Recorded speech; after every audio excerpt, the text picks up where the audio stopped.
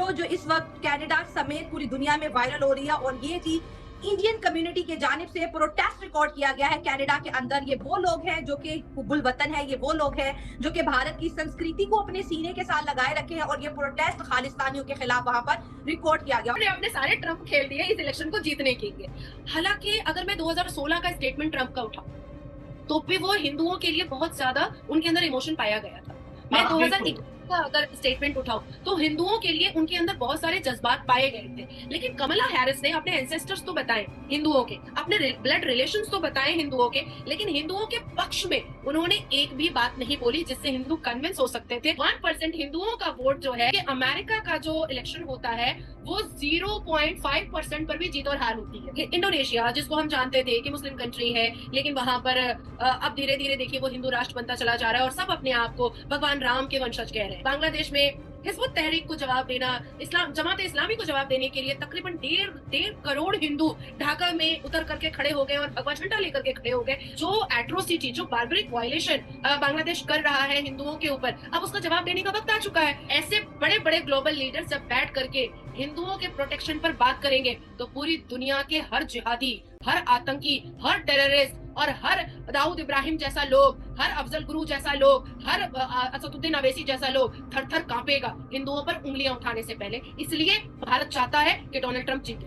Hello दोस्तों, Ram Ram. Mega news में आपका स्वागत है। दोस्तों, आजकल क्या हुआ है कि हिंदुओं पर अत्याचार हो रहा है कनाडा में, बांग्लादेश में, पाकिस्तान में। तो अब हिंदू कह रहे हैं कि हम अब किसी की बात नहीं मानेंगे, हम अपनी करेंगे, हम अपना बचाव करना जानते हैं। तो हिंदू जाग चुका है और हिंदू हर जगह प्रोटेस्ट कर रहा है कि ये सही नहीं हो रहा हमारे साथ। बांग्लादेश में तो 1 करोड़ से ज्यादा लोग सड़कों पर आ गए थे।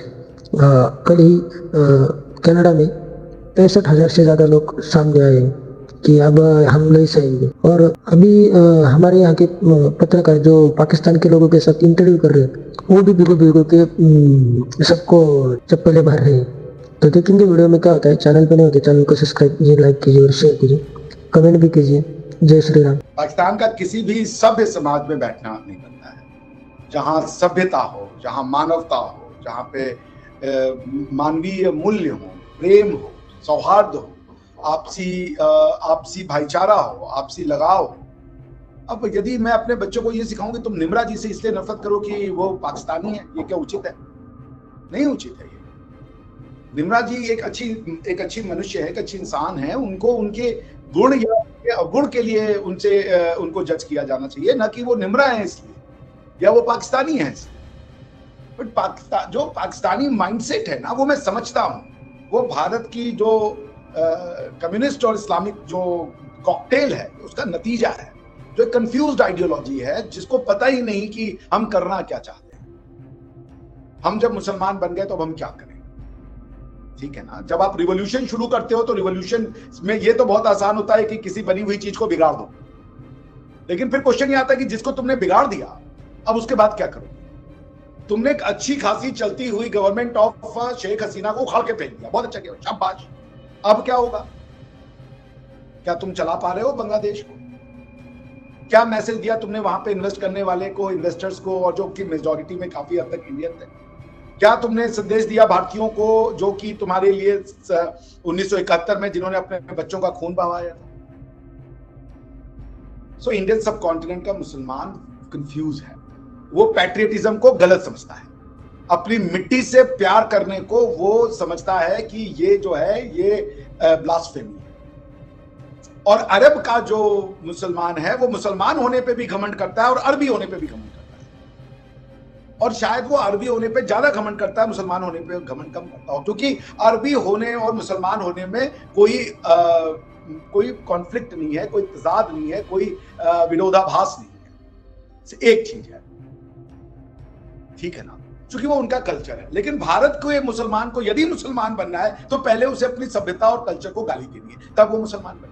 लेकिन क्या अरबिया के मुसलमान को मुसलमान बनने की, या अरबिया के मनुष्य को मुसलमान बनने के लिए अपनी अरबिक उसको गाली देनी है? आपने सुना है किसी अरबी आदमी से कहते हो कि अरबी भाषा सबसे गंदी भाषा है? अरबी की कई डायलेक्ट है, वो कितनी डायलेक्ट्स को वो कभी वो मजाक उड़ाता है? नहीं उड़ाता। कभी आपने सुना कि जो अरबी है वो अपने प्री इस्लामिक जो उसकी अचीवमेंट्स है उसको वो डाउनग्रेड कर रहा है। इंडिया के लोग कर रहे होंगे तो कर रहे होंगे जाहिलिया दिखाने के लिए, मगर वो नहीं करता। वो पेट्रा को, सीरिया को, डमास्कस को, जेरूसलम को उतनी ही वैल्यू देता है। वो अपने कल्चर से कंफ्यूज है। भारत का मुसलमान बनने की बहुत बड़ी प्राइस देता है। पहली बात कि वो मुसलमान बनने का मतलब समझता है एक नेशन का होना, वो नहीं है। दूसरी बात कि उसको मुसलमान बनने के लिए एक निगेटिव डेफिनेशन में डाला जाता है कि तुम हिंदू नहीं हो, दैट्स इट, तुम इस मिट्टी के नहीं हो, इस मिट्टी में उपजी कोई भी चीज अच्छी नहीं थी।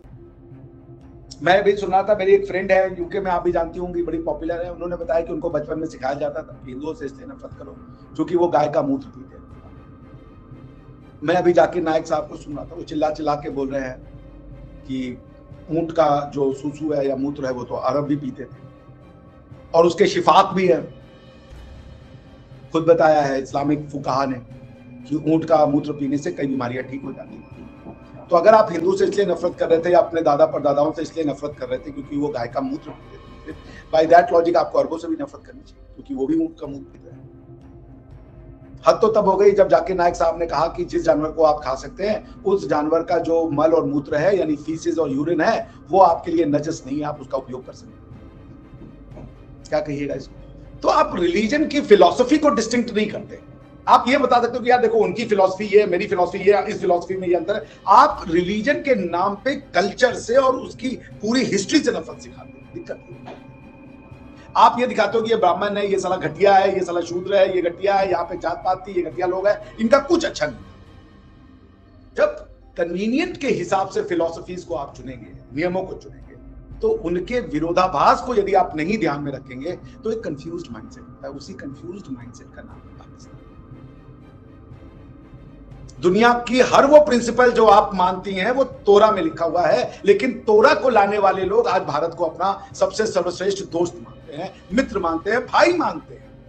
तोरा में भी लिखा है कि ये जो मूर्ति पूजा करते हैं, ये जो मुशरिक है, इनको मार देना चाहिए। तोरा में लिखा हुआ है, कुरान से बहुत पहले आएगी किताब। लेकिन आज वो यहूदी कहता है कि पूरे दुनिया में यदि मुझे किसी ने प्यार किया तो वो है भारत, जिनको मैंने गलत कहा था। ये भारत है। सो ब्लास्फेमी के नाम पे आप देखिए, सामान्य मानव जो होता है ना, जो डे टू डे काम में रहता है, उसकी इतनी क्षमता नहीं होती कि वो बड़ी बड़ी बातें आपकी समझे।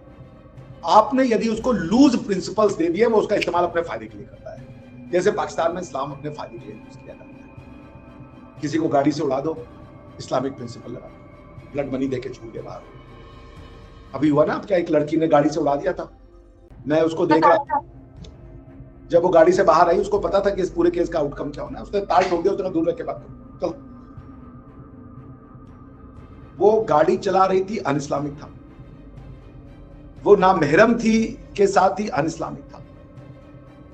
वो छिपा नहीं रही थी अपने आप को, अनइस्लामिक था। लिबास अनइस्लामिक था, भाषा अनइस्लामिक थी, मगर उसने इस्लामिक प्रिंसिपल का इस्तेमाल किया और वो छूट गया।